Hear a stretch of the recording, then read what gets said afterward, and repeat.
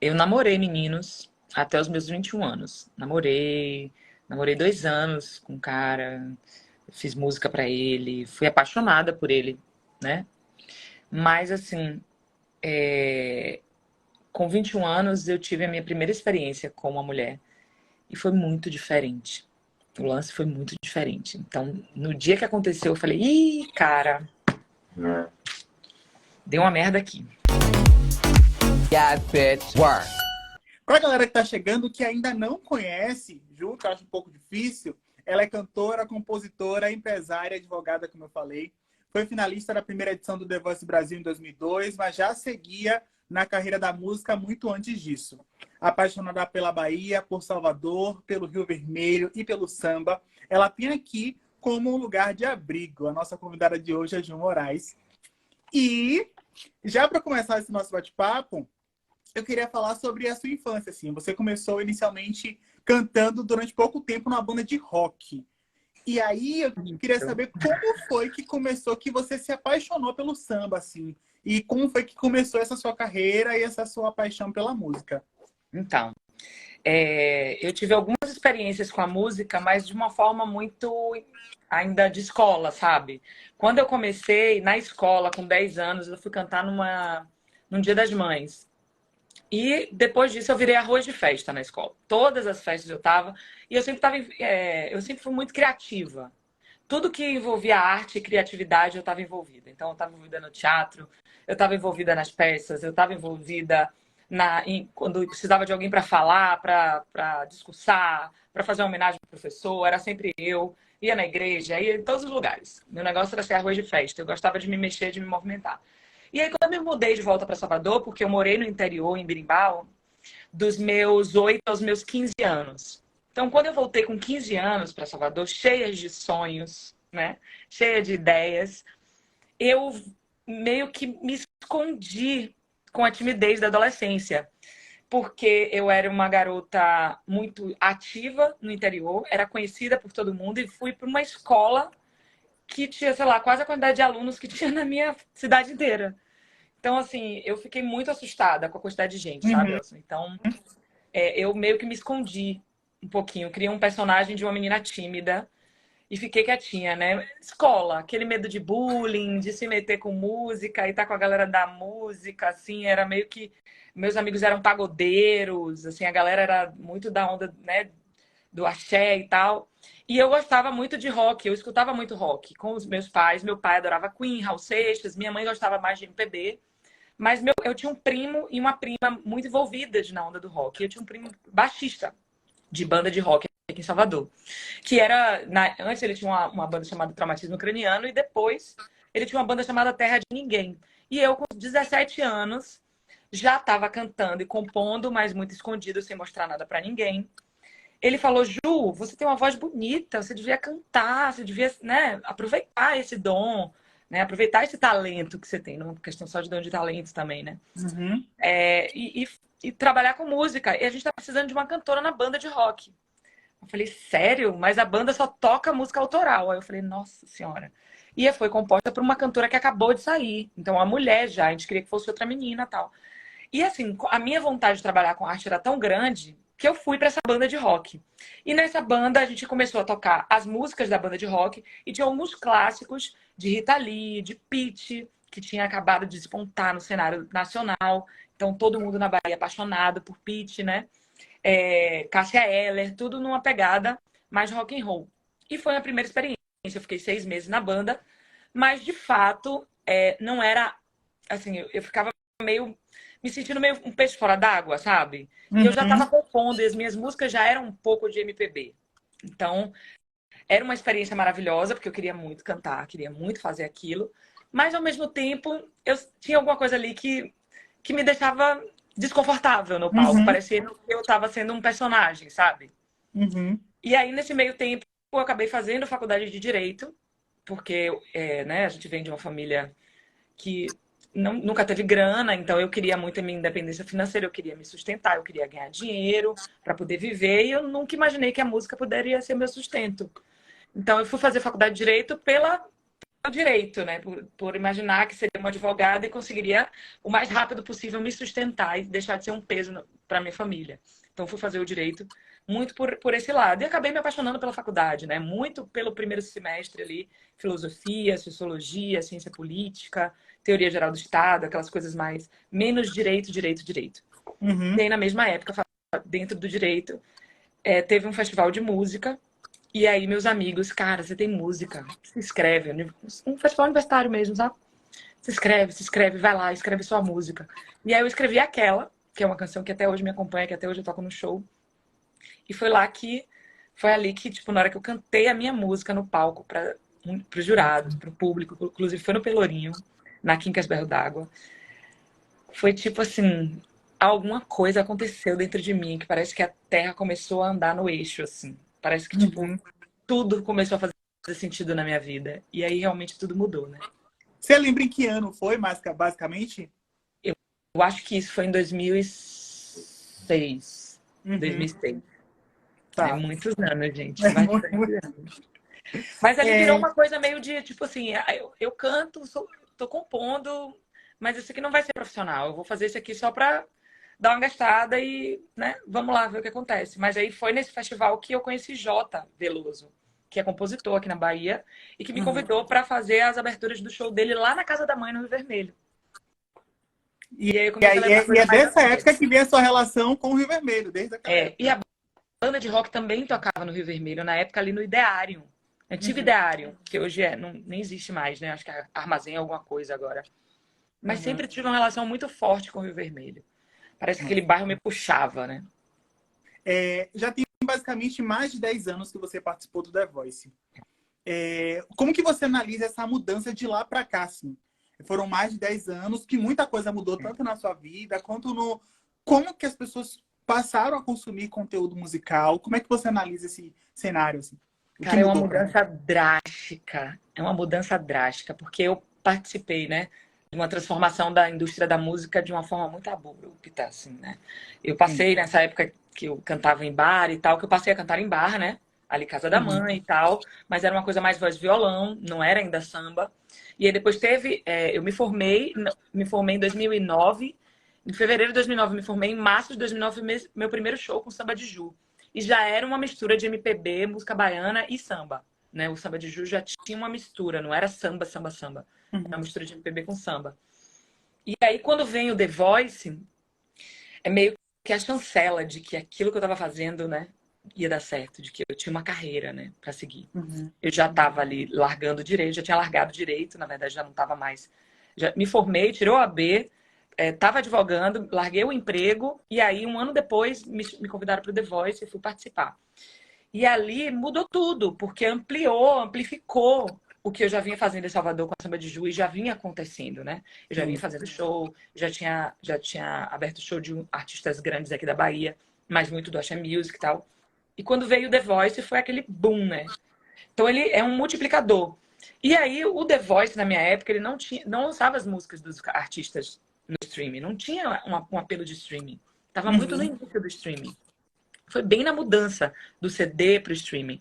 E eu gravo em 2013, né? Gravo em 2013 e lanço em 2014 meu primeiro disco mesmo, físico. Eu cheguei a lançar CD e DVD. E logo depois tudo mudou e parou de existir o CD físico, né? E já esse disco já vai também para as plataformas digitais, mas ainda de uma forma ainda muito quietinha, tímido, E aí eu vi essa mudança completa. Eu cheguei a vender esse CD e DVD. Isso foi bem louco, né? Eu vi essa transição. Mas foi muito difícil, porque as gravadoras estavam falidas, a música baiana estava... O Axé Music, a música baiana não, o Axé Music estava em declínio. Então, tudo aqui era um caos. E era uma zona, tipo assim... Era uma zona, literalmente. Ninguém sabia o que fazer na Bahia, né? Tipo, o axé já não estava indo bem, o sertanejo começava a entrar forte, né? O samba também não estava muito bem das pernas, né? Aquela coisa meio vai, não vai. Então foi muito difícil pra gente. Então eu vi muitas fases acontecerem. E eu percebo que, e mesmo você percebendo tudo isso, você não abandonou a Bahia. Você continuou tentando aqui.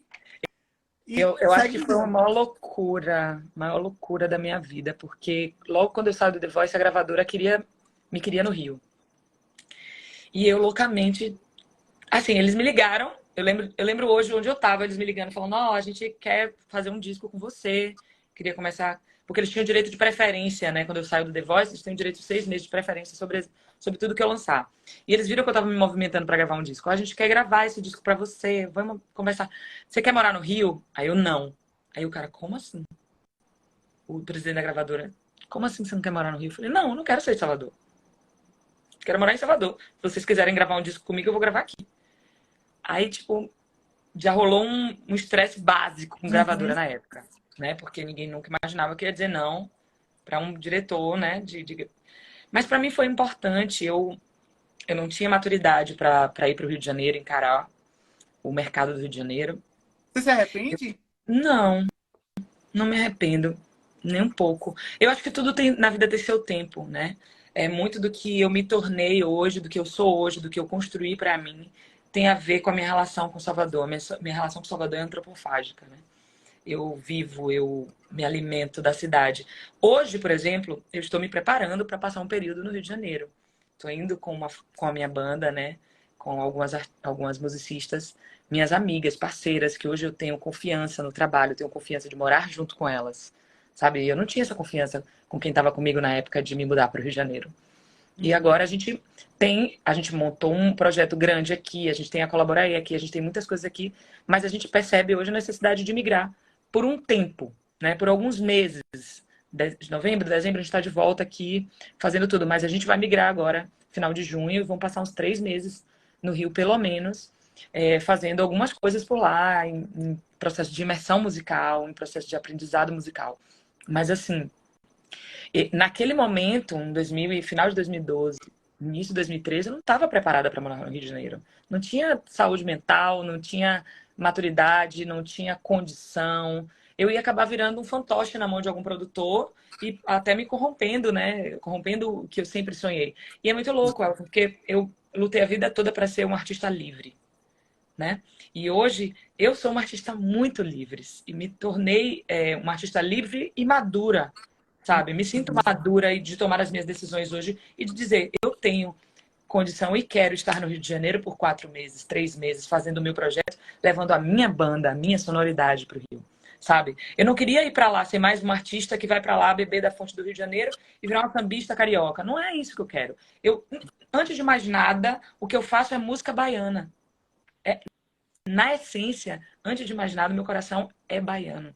E eu não quero perder isso. E eu nunca quis perder isso. Então, para mim, gravar meu primeiro disco na Bahia foi muito importante. Eu gravei na Bahia, eu gravei na casa dos meus avós, 2 músicas. Eu gravei junto com os meus amigos, eu gravei pela cidade de Salvador inteira. Em cada canto um samba é para mim uma obra-prima. É um presente de Salvador para mim, meu para Salvador, sabe? Do mesmo jeito que a Colaborar o nosso espaço, sabe? Então hoje eu me sinto muito livre, tipo assim, nossa, agora eu fiz a minha parte, eu fiz tudo que eu queria em Salvador. Agora sim eu tô pronta para sair daqui. Mas eu tinha tanta coisa para fazer aqui que não era o momento. É isso que às vezes eu... E assim, nada contra os artistas que migram, sabe? Porque Salvador é difícil pra caramba. É muito complicado viver de arte em Salvador. É muito complicado, mas eu precisava ficar naquele momento. Aproveitando já essa pergunta e essa deixa que você falou, recentemente em um show seu, então umas 2 semanas basicamente, você falou que estava saindo mesmo daqui de Salvador, porque aqui não estava dando dinheiro pra música. Você, tipo, São Paulo, você ia fazer, enfim, né? Fazer essa migração, passar uma temporada lá, porque aqui estava sendo difícil, né? Então, acho que muito por isso, né? Muito por isso. Eu praticamente já fiz todos os festivais que tem aqui, já abri show de grandes artistas, já toquei nas melhores casas da cidade, já não sou mais nenhuma novidade, né? A Salvador já não é nenhuma novidade para mim, eu já toquei no Pelourinho, eu já toquei no Armazém, eu já toquei no Parque da Cidade, eu já toquei no Parque de Exposições, eu já toquei no teatro, eu já toquei na Concha. Então, agora eu vou para onde, né? Eu acho que é um momento de migrar, inclusive para eu crescer. Crescer dói, é difícil. Eu queria muito que Salvador tivesse 3, 4, 5 casas de show para que eu pudesse fazer um show por semana aqui e viver da música. Mas não tem, né? Imagina, eu vou viver da música tocando só na minha casa, então a Colaborar só vai servir para Ju Moraes. Que loucura é essa, né? Então, a gente precisa criar um ciclo saudável com a música. E, no momento, Salvador não me proporciona mais esse ciclo saudável. Já me proporcionou, já foi maravilhoso, mas existe a necessidade hoje de migrar para poder conquistar novos espaços. E é isso que eu quero fazer. Agora, falando sobre o seu espaço, Colabora Aí, que é um lugar incrível que traz a diversidade, assim, também muito pulsante, né? É um espaço onde as pessoas, principalmente da comunidade LGBT, que aprende mais, podem ir se sentir confortável. De onde vem essa vontade de empreender, assim, de ter esse espaço? Como foi que surgiu? Na verdade, eu queria um lugar para encontrar as pessoas que eu amo e ficar à vontade com elas e poder beijar minha esposa sem saber que ninguém vai fazer nenhuma violência contra nós, que meus amigos pretos podem circular à vontade sem sofrer racismo, e assim a gente espera que continue sendo, que todos e todes possam estar na casa e se sentir confortáveis para estarem naquela casa. Então era um lugar onde eu queria me sentir bem, onde os meus amigos possam se sentir bem, onde as pessoas que eu amo possam se sentir bem. Foi, na verdade, a ideia veio de um problema, né? Veio de questionamentos. E nós? E eu? Onde eu fico? Onde os meus amigos ficam? Onde nós ficamos? Onde é que a gente vai? Onde eu posso ir? Sabe? Onde é que eu vou me sentir à vontade? Onde é que eu posso tocar com uma mínima estrutura, né? Profissional? Onde é que eu posso receber pessoas de forma legal, sabe? Então, veio dessa necessidade, né? Então, a Colaborei hoje é esse espaço, é uma realidade. Um ano que a gente reabriu pós-pandemia. Hoje, inclusive, é aniversário do Bar do Terraço, que é um parceiro que está lá junto com a gente. Hoje tem Máquinas na Pista e Lute, que são artistas multi, né, aqui em Salvador. Então, a gente tem público para todo mundo. A galera hétero também é super incrível, que curte, tem os momentos deles lá também. O público 30 a mais, tem de tudo na Colaborei. Mas realmente é uma casa onde a gente não tolera nenhum tipo de preconceito, né? Uhum. Então a gente é muito rígido nisso, né? As pessoas precisam se sentir à vontade, precisam tratar todos de forma igual. Então a gente fica muito feliz em ter esse espaço e poder dividir isso com toda a comunidade cultural da cidade. Porque é um espaço que eu não queria que fosse o meu parquinho de diversões só, entendeu? Meu e dos meus amigos. Então a gente abre para todas as pessoas, para muitos artistas e tenta ter a maior variedade possível, sempre de artistas circulando na casa. E eu estou muito feliz com tudo que tem acontecido e que a gente está fazendo a nossa parte quanto a isso, né? Eu acho que, enquanto artista, a gente precisa devolver a cidade também, né? Então, eu sempre cobrei muito dos artistas daqui. Ficava muito triste em vê-los ganhando grana e fazendo fama e não conseguindo construir nada aqui pela cidade, além só da música que eles deixou pra gente. Então, ter esse espaço também é uma forma de devolver Salvador, o tanto que Salvador já me entregou. A escolha do bairro Rio Vermelho foi intencional? Foi justamente para fazer conexão assim com a sua paixão pelo bairro, a sua história na música pelo bairro e trazer esse lugar de acolhimento? Eu acho que eu posso falar assim, que devo ter tocado em todos os espaços do Rio Vermelho. Que loucura, né? Pelo menos até 3 anos atrás, né? Que depois de 3 anos que teve pandemia, que a Colaborei abriu, eu praticamente só fiquei por lá. Uhum. Mas assim, toquei padaria, Europa, Casa da Mãe, toquei no Iderrário, toquei Botequim São Jorge, muitos anos, Boteco Marina, muitos meses.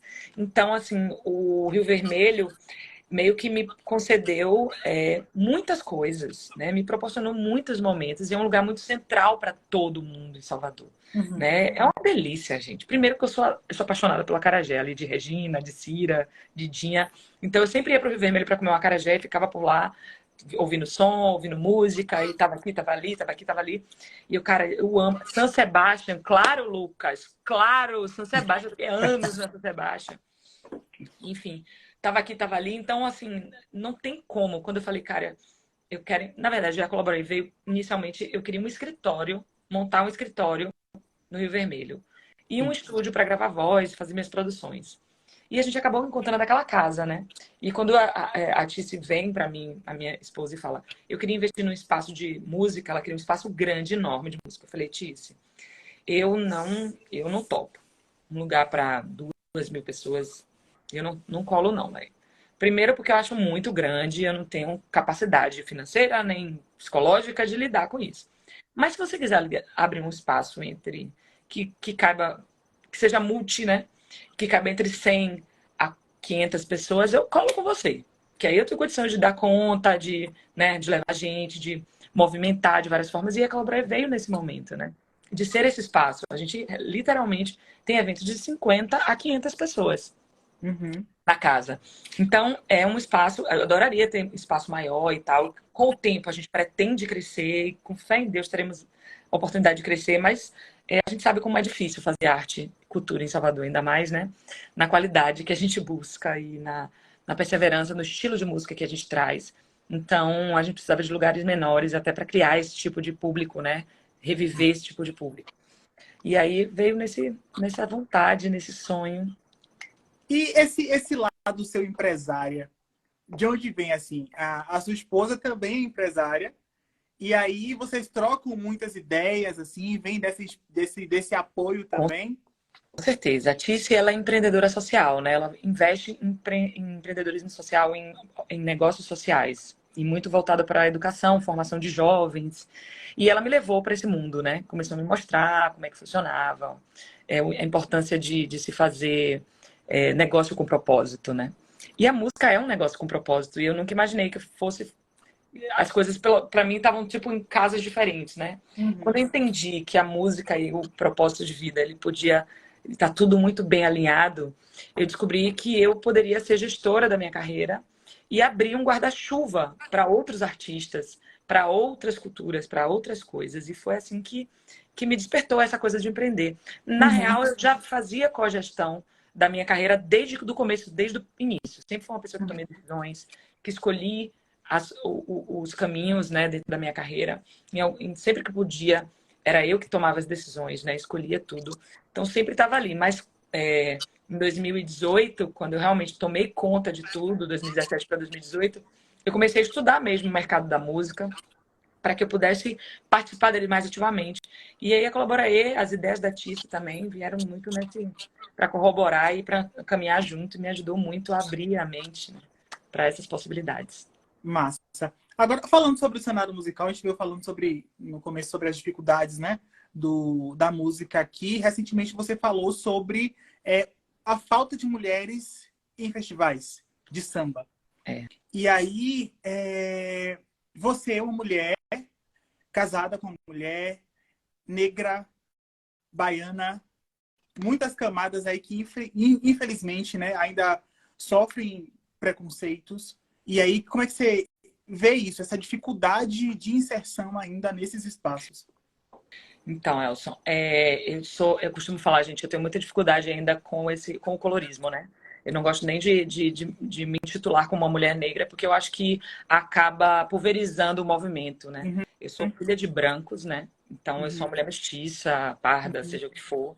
E acho que eu tenho muito dessa linguagem brasileira que está na minha pele, que está na minha forma de falar, está no meu gestual, está no que eu canto, está no que eu faço. Mas não quero, inclusive, desestruturar um movimento, né, que é tão importante, né, e me colocar também nesse papel, porque eu acho que é equivocado da minha parte fazer isso. Então, mas sempre entendi que as minorias tinham um problema muito grande dentro da música, né? E como mulher, casada com mulher, como uma mulher lésbica, é uma dificuldade absurda. Então, quando você junta esse fator, e ainda com todo o fator social, que é terrível dentro da cidade mais preta, né, do Brasil, né, uma das cidades mais pretas do mundo, Salvador é racista ainda, né, infelizmente. E a gente hoje luta muito para dar voz e dar espaço para que todas possam aparecer e divulgar o seu trabalho. Então, eu comecei a olhar para dentro de casa. Então, eu comecei a perceber que eu mesma era uma pessoa que não contratava mulheres. A minha banda era só de homem. Eu falei, como é que eu quero discutir sobre feminismo se eu sou a primeira a contratar só homens? Simplesmente por preguiça. Porque é mais prático, né? Porque tá tudo ali na minha frente. Tem um produtor que escolhe quem toca na minha banda. Não sou eu. Virou isso. Eu parei e falei, cara, a partir de hoje eu decido quem toca na minha banda e eu vou começar a mudar tudo. Primeiro eu falei baterista. Depois guitarrista. Depois hoje o meu formato de trabalho é só com mulheres. Eu ainda tenho um baixista que toca comigo, mas nesse projeto do Rio, por exemplo, só vai viajar mulher comigo. A minha cavaquinista vai tocar baixo também. Nós gravamos alguns baixos para levar, mas enfim. Hoje eu percebo que ou a gente, ou nós mulheres, começamos a nos contratar, ou ninguém vai fazer isso por nós, sabe? Ninguém vai fazer isso pela gente. E não vão contratar a gente nos festivais de samba. Não vai fazer. A gente vai reclamar, vai falar e não vão fazer. Não vão contratar nos festivais de jazz, não vão contratar nos festivais de samba. E vão continuar contratando a gente nos festivais, mas minimamente um percentual muito pequeno. É muito complicado.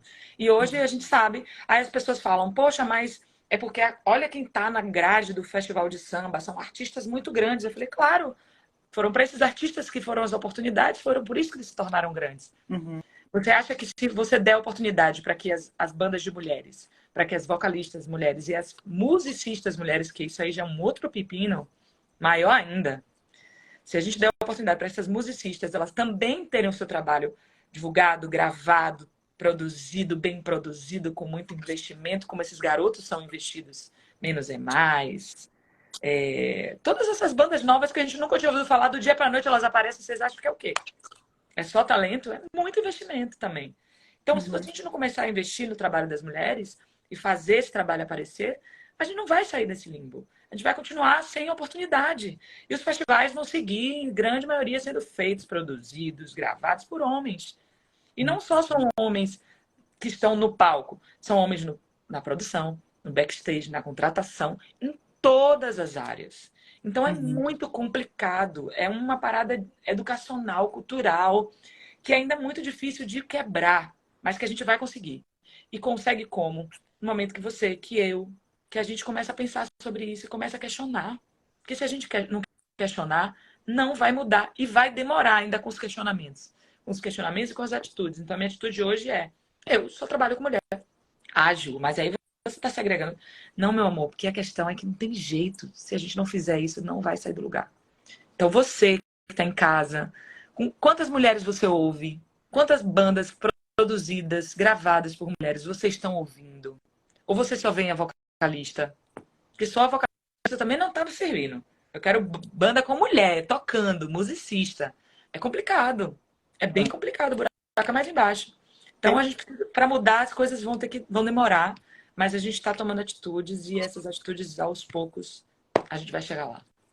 Teve um internauta que perguntou aqui, já tem um tempinho, ele perguntou se o Colaboraê consegue contribuir também para que essas mulheres consigam ocupar esses espaços na música. Isso eu posso me orgulhar de dizer que sim. A gente tem um coletivo que nasceu na Colaboraê, chamado Sambaiana, da qual eu sou uma delas. É um coletivo de samba. A gente lançou um disco pela Aldir Blanc, pela edital Aldir Blanc, em 2021. A gente teve música concorrendo à música do Carnaval pelo Correio da Bahia esse ano, Groove Arrastado, música de duas mulheres, de Carla da Silva, uma grande irmã, mulher preta, foda, que mora em Portugal hoje e leva samba para a Europa inteira. Então, assim, a gente faz recorde de público da Colaboraê, o show da Sambaiana. Não é o meu show, é o show da Sambaiana. É recorde de público na casinha. A gente está se preparando para fazer o nosso show de despedida agora, dia 7 de junho. Já tô dando esse spoiler pra galera. A gente vai fazer um showzão de despedida aí para poder ir pro Rio de Janeiro, porque parte da Sambaiana vai comigo também pro Rio. Eu fiz um mix, na verdade, Elcio, que é da Sambaiana com o Outra Onda. Lorena Martins, que é minha diretora e baterista, com Marília, Sodré e Raíra, que são do Sambaiana. Então eu fiz esse mix. E esse mix é o que tá indo passar essa temporada no Rio e construir coisas novas lá também. Ó, a Raíra aqui, já botou o olhinho dela. E tudo isso, nesse contexto de serem mulheres, a gente hoje só tem à frente da Colaboraê na administração, na produção técnica, na produção executiva, só feita por mulheres. E eu me orgulho muito desse time. É um time que é multifacetado, extremamente talentoso, que eu confio e que eu apoio, que a gente vai conseguir fazer esse intercâmbio Rio de Janeiro e Bahia ser uma coisa surreal. Tenho certeza. Massa, massa. Tem muita gente mandando mensagem aí, te parabenizando, falando que você é incrível, parabéns por essa iniciativa. Agora, falando um pouco do lado pessoal. Você, das redes sociais, você fala abertamente sobre o seu relacionamento, a sua esposa também. Sempre foi assim para você, falar abertamente sobre sua sexualidade? Ou como é que foi esse processo para você? Não, foi um processo, né? Processo difícil, até porque a gente... eu sou lésbica e me reconheço lésbica há 15 anos, não, 17 anos. As pessoas da minha intimidade, as pessoas que eu amo, os meus fãs sabem disso, eu nunca escondi de ninguém. Mas eu nunca falei abertamente, publicamente, né? Eu venho falando há, sei lá, uns 5 anos, talvez. Por quê? Porque a gente vive em um lugar machista, preconceituoso, lesbofóbico, absurdamente lesbofóbico, né? Ainda mais uma mulher padrão, como eu, né? Que não tenho na minha testa, né, uma coroa de lésbica, então as pessoas, mas você nem parece, como se fosse um elogio, né? E assim, sou lésbica convicta, caminhoneira, como diz Gabô, né? E tipo, sou essa pessoa, me divirto sendo essa pessoa, sou muito feliz ao lado da minha esposa, a gente se ama muito, não temos nenhum medo do nosso amor, e não tem por que a gente esconder isso, não tem por que a gente fazer com que as pessoas não saibam. Claro que no início a gente tinha muito medo, até porque no início de um relacionamento a gente não quer se expor, né?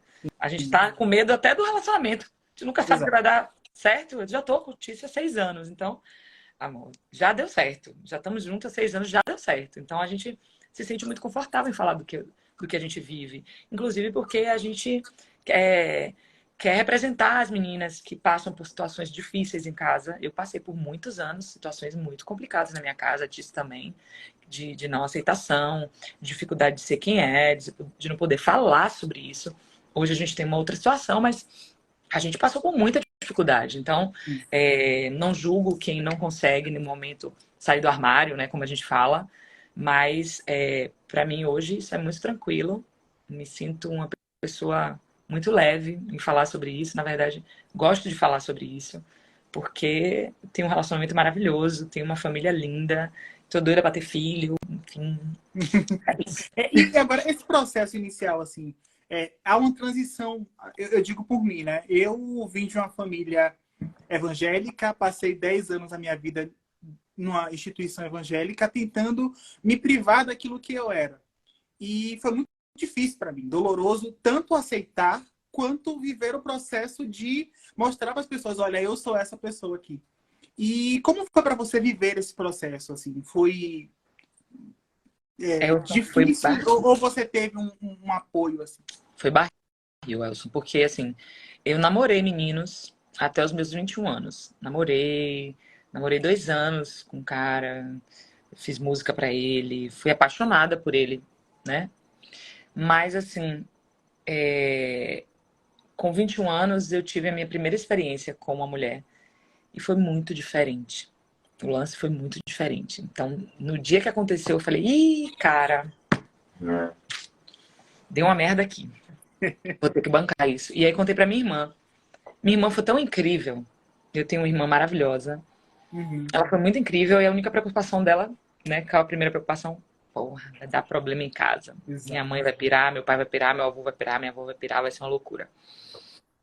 E foi uma loucura. Durante alguns anos foi uma loucura. Só que eu também sou uma pessoa que eu nunca liguei pro que os outros pensavam, sabe? Uhum. Mesmo da minha família. Tinha muito amor, muito carinho por eles, muito respeito por todos, mas assim, eu sempre fui uma pessoa que vivia intensamente a minha vida e eu queria ser feliz, e sempre quis ser feliz, então não perdia tempo com besteira. Eu me sinto muito lúcida, sabe, Elson? Então, assim, no início eu fiquei meio confusa, ficava com menino, ficava com menina, ficava com menino, ficava com menina, não sei o que, aquela confusão. Depois eu falei assim, sabe de uma, cara, acabou esse negócio, acabou. Não tava mais pegando afeto com os meninos, tava só forçando uma barra, escorpião na nata, exatamente. E eu falei, cara, sabe de um, eu vou viver minha vida, sabe? Porque a vida é essa aqui, agora, hoje. Eu vou ser feliz, porque as pessoas vão ser felizes. E ninguém tá nem aí pra mim. Por que eu vou ficar ligando pra opinião dos outros? Ah, não. Eu fui viver minha vida.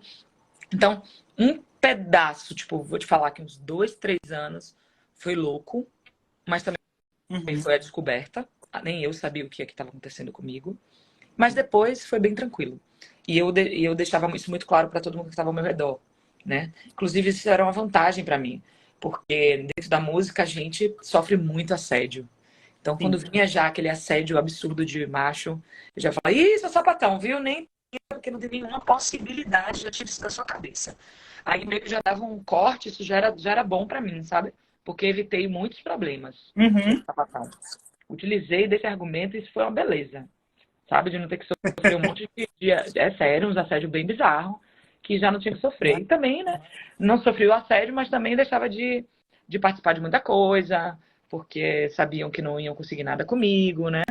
Que não ia rolar nada por ali, nem na brincadeira, nem nos piores sonhos, nos melhores sonhos deles. Mas, enfim, o início foi difícil. O preconceito existe o tempo todo, até hoje. Pra você ter ideia, até hoje, no meu Instagram, eu posto uma foto com Tícia, a gente tem, sei lá, 20 vezes mais curtidas do que qualquer outra foto que eu posto, mas eu perco 500 seguidores. Sim. É um negócio, é um fenômeno. Ainda tem um desavisado, que ainda tem aquilo, né? Você pode ser sapatão, mas não precisa postar, né? Oi? Exatamente. Isso é Ou uma senão rede você pode ser social. casado com mulher, mas não pode postar foto beijando, por exemplo. Ah, meu amor. Meu É, anjo. é. Sei bem o que é isso. Demorei muito tempo pra postar uma foto beijando. Hoje em dia não tô nem aí. Tô nem aí. Não quer não? Tô perdendo não. Tô ganhando com vocês indo embora, seguidores. É, Não quero não. concordo. De nada, gente. Agora, aproveitando assim essa experiência, eu sempre peço para os convidados sempre deixarem uma mensagem, assim, falar para aquelas pessoas que estão no mesmo processo que você passou, sabe? Tem pessoas que buscam apenas uma inspiração ou alguém que tenha passado pela experiência que ela está passando agora. E eu queria que você mandasse um recado para essas pessoas, o que é que elas podem fazer, qual a alternativa. Então, se apoie naquilo que você acredita. Seja você mesmo. Acredite no amor. Acredite no amor, porque o que a gente carrega dentro da gente, o que a gente carrega no nosso coração, é o que a gente tem de mais genuíno. Então, se você ama, não tem nada de errado com isso. Só ame, siga amando, faça por amor, pelo afeto, pelo carinho. O amor é a chave para tudo. Então, se você ama uma pessoa que é do mesmo sexo, se você ama uma pessoa do mesmo sexo, uma pessoa de outro sexo, você é bi, se você é pan, não importa. O importante é você amar. O importante é amar, gente. O resto, deixa que os outros falem, porque eles vão falar de qualquer jeito. Você com homem, você com mulher, você com cachorro, vão falar de qualquer jeito. Então, vai viver sua vida, vá ser feliz, porque as pessoas vão falar. Não importa o que você será, o que você é, o que você vai fazer. O amor é a resposta para tudo. Então, só ame e siga a sua vida. Massa, maravilha. Ju, tem muita gente que chegou nova por aqui. Eu queria que você falasse agora, voltando para o profissional, o que é que os fãs podem aguardar de novidade aí para os próximos meses, até o final do ano? O que é que você já pode contar para a gente? Ó, gente, seguinte, eu acabei de lançar um EP da Collaborate Session, porque lá na Collaborate, além de tudo, a gente é selo fonográfico. Já lançamos 3 Collaborate Sessions, a primeira com o Vitinho Gabriel, a segunda com Gravinave, e essa terceira agora foi comigo. Eu lancei 4 músicas, sendo uma delas inédita. Então vocês acessam youtube.com/colaborae. Vão lá agora assistir. Tá lindo. Vocês vão amar. E junho, julho, agosto e setembro, eu vou estar no Rio de Janeiro, produzindo coisas novas, fazendo novos shows, mas no mesmo período, junho, julho, agosto e setembro, vou estar lançando, junto com a Sambaiana, um EP, cada mês uma faixa nova, começando dia 12 de junho, dia das namoradas, dos namorados e dos namorados. Massa. Então, já tem dia 12, faixa nova, chama A Mais Bonita da Cidade. E julho tem outra música, agosto tem outra música, setembro outra música. E lá no Rio, durante esse processo, eu vou dividir com vocês o que vai estar acontecendo lá com a gente. A gente vai estar num processo realmente de imersão musical, produzindo coisas novas. Vai vir muita coisa boa. Massa, que maravilha. E com certeza o Colaborae aqui bombando, Não esperando para, para viu? quando você Não, eu tiver colaborei, por não aqui. para. É festa de quinta a domingo, evento o tempo inteiro. Sigam a Colaborae, fiquem por dentro. Tem muitos artistas incríveis em Salvador acontecendo por lá. A gente vai ter Colaborae Session também em junho, em julho, em agosto. Já estão gravadas, já vão ser lançadas. Então o que não faz faltar é conteúdo para vocês verem, seguirem. E eu vou estar sempre por aqui também, olhando tudo, de olho em tudo e mandando ver muito conteúdo. Massa, massa. Ju, muito obrigado por bate-papo. Assim, passou rapidinho, 50 minutos esse nosso bate-papo. Verdade. Foi incrível, muita mensagem legal para a galera que está assistindo aí. logo depois da live, a gente vai ter um resuminho daquilo que já aconteceu no nosso bate-papo. E semana que vem a gente está de volta. Muito obrigado pela disponibilidade. Obrigada, Elson. Beijo, gente. Boa noite. Conte com a gente sempre que tiver novidades. Pode mandar para cá que a gente divulga. Com certeza. Vocês são parceiros maravilhosos. Um beijo para toda a turma do Portal e Bahia. Obrigada pelo papo. A gente se vê, a gente se encontra, viu, meu povo? Dia 7 de junho tem Sambaiana na Colaboraê. Eu espero vocês. Vai lá para ver a gente, Elson. Pode deixar, pode deixar. A gente se fala lá. Beijo, gente. Tchau, tchau, gente. Tchau. Yeah, bitch. Work.